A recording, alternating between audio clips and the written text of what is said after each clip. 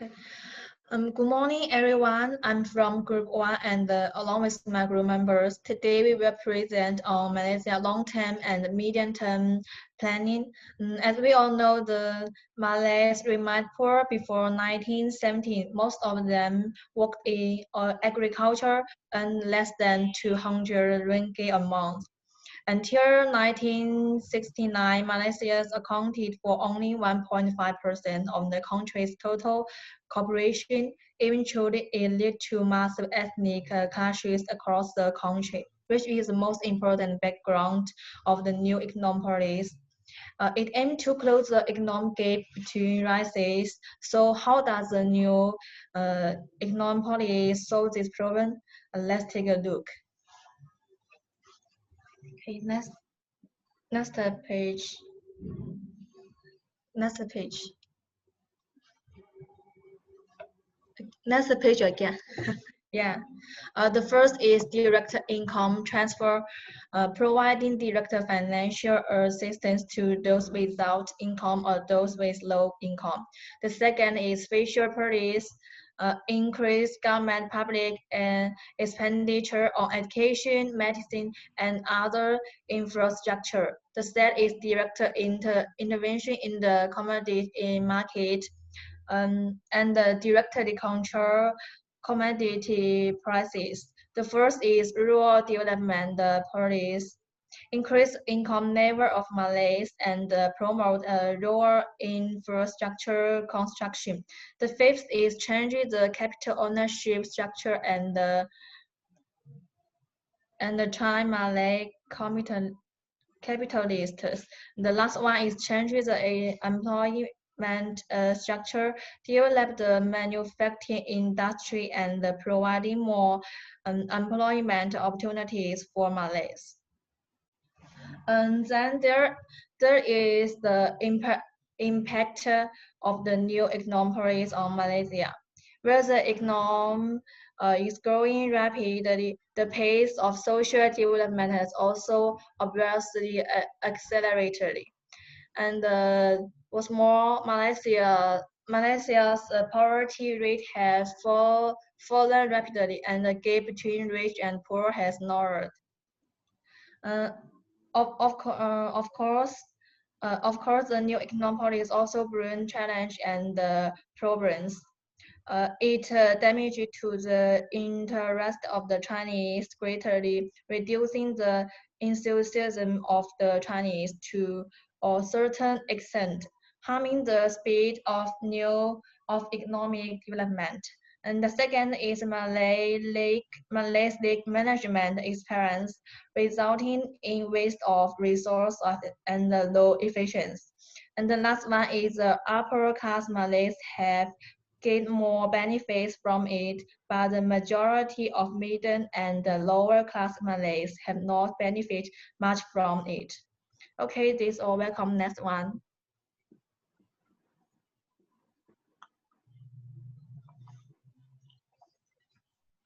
Malissa? Okay, next is Vision 2020. The objective is to modernize and develop our country based on its own model and develop the nation economically, politically, socially, spiritually, psychologically, and culturally. There's a lot of challenge for Vision 2020. The first one is establishing a united Malaysian nation made up of one bangsa Malaysia, Malaysian race. The second is the challenge of creating a psychologically liberate, secure, and developed Malaysian society.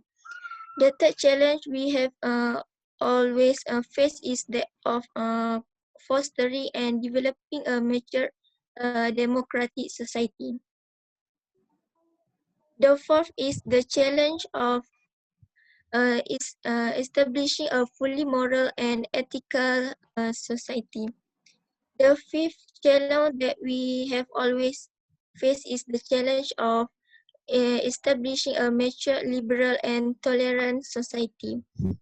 The sixth is the challenge of establishing a scientific and progressive society. The seventh challenge is the challenge of establishing a fully caring society. The eighth is the challenge of ensuring an economically just society in which there is a fair and equitable distribution of the wealth of the nation. The ninth challenge is the challenge of establishing a prosperous society with an economy that is fully competitive, dynamic, robust, and resilient. The key target of Vision 2020 is to enhance Malaysia into a fully industrialized and developed country by 2020.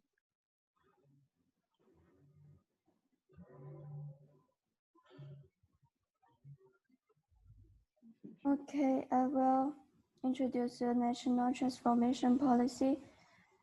This policy, the object of is becoming a high-income nation by 2020. The pandemic of COVID-19 is a huge challenge for this policy. There are four parts of this policy: the political transformation, social transformation, government transformation, economic transformation program. I will introduce the two programs one by one. The government transformation program.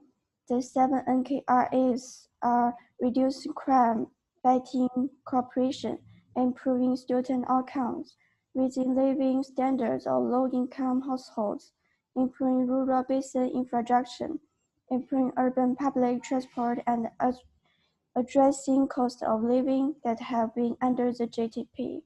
Next page, please. For the Economic Transformation Program, it's launched on 21st September 2010. It is a comprehensive economic transformation plan to propel Malaysia's economy into high-income economy. The program will lift Malaysia's gross national income to $523 billion by 2020 and raise per capita income from $6,700 billion to at least $15,000, meeting the World Bank's threshold for high-income nation. It is a project that Malaysia will be able to achieve the targets set if GNI grows by 6% per annum. Next one, please. Okay. So the next one will be Malaysia medium-term planning. And the first policy we have is National Development Policy, which happened since 1991 until 2000.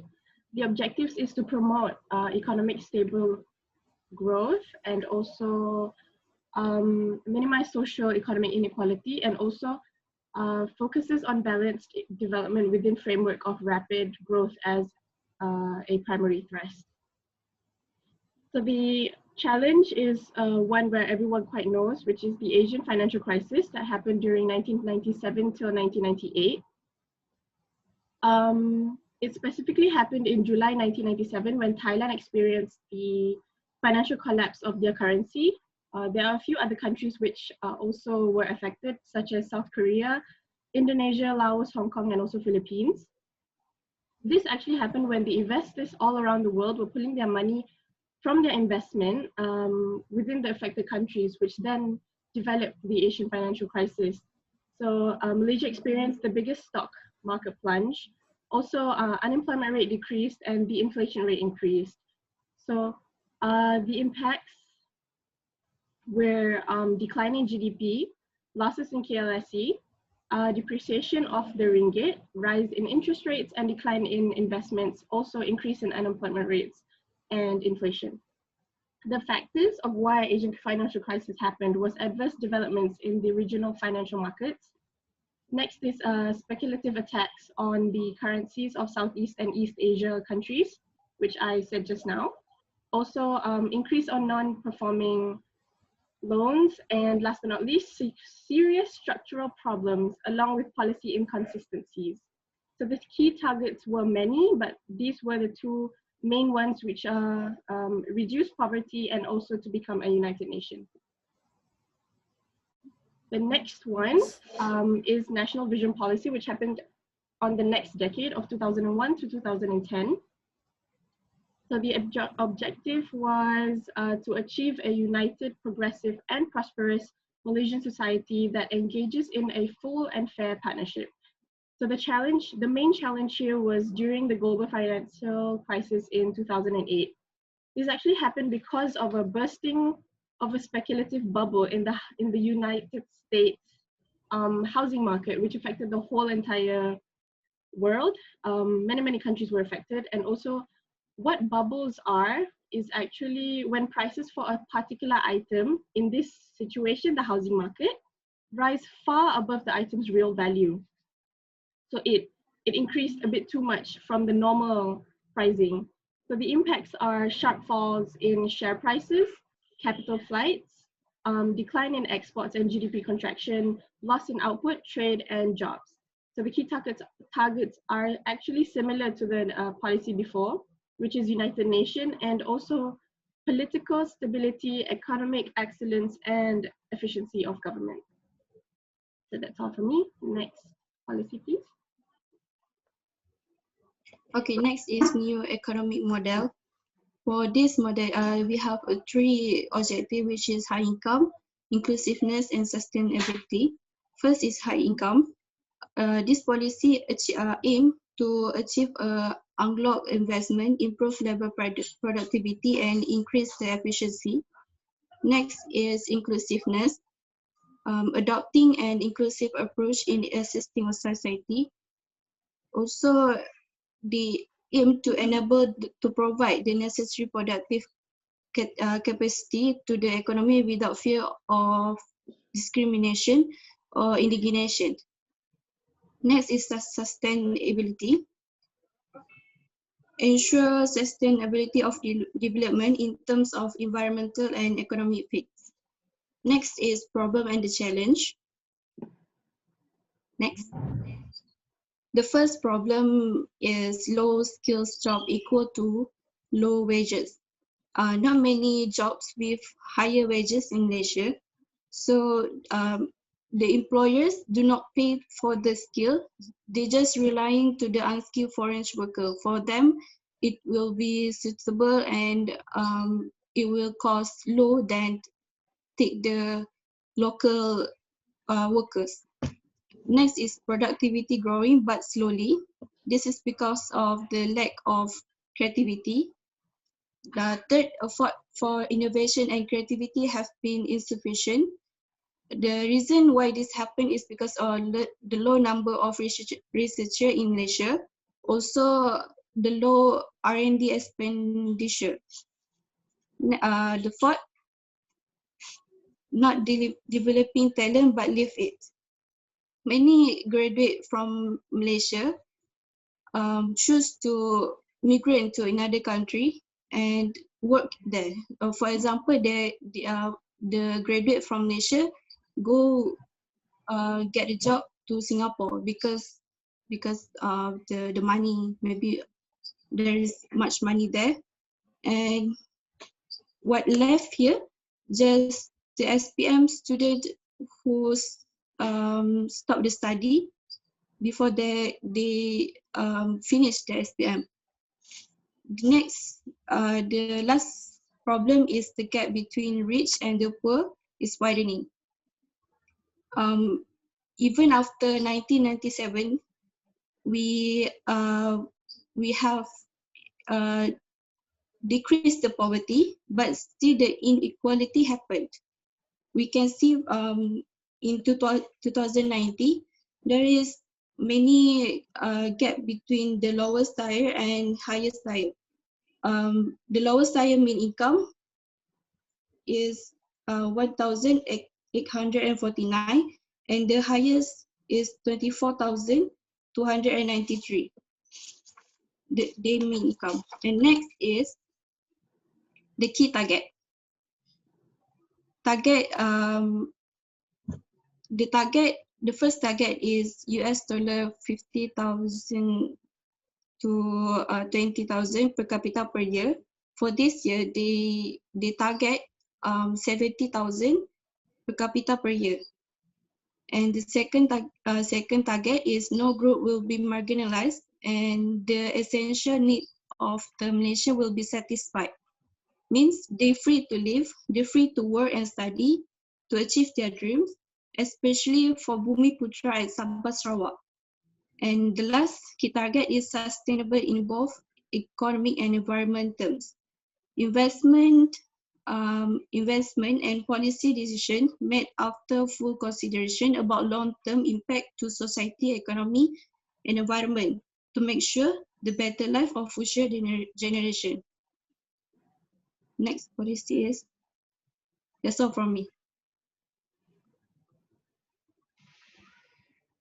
Next, let me talk about the shared prosperity model.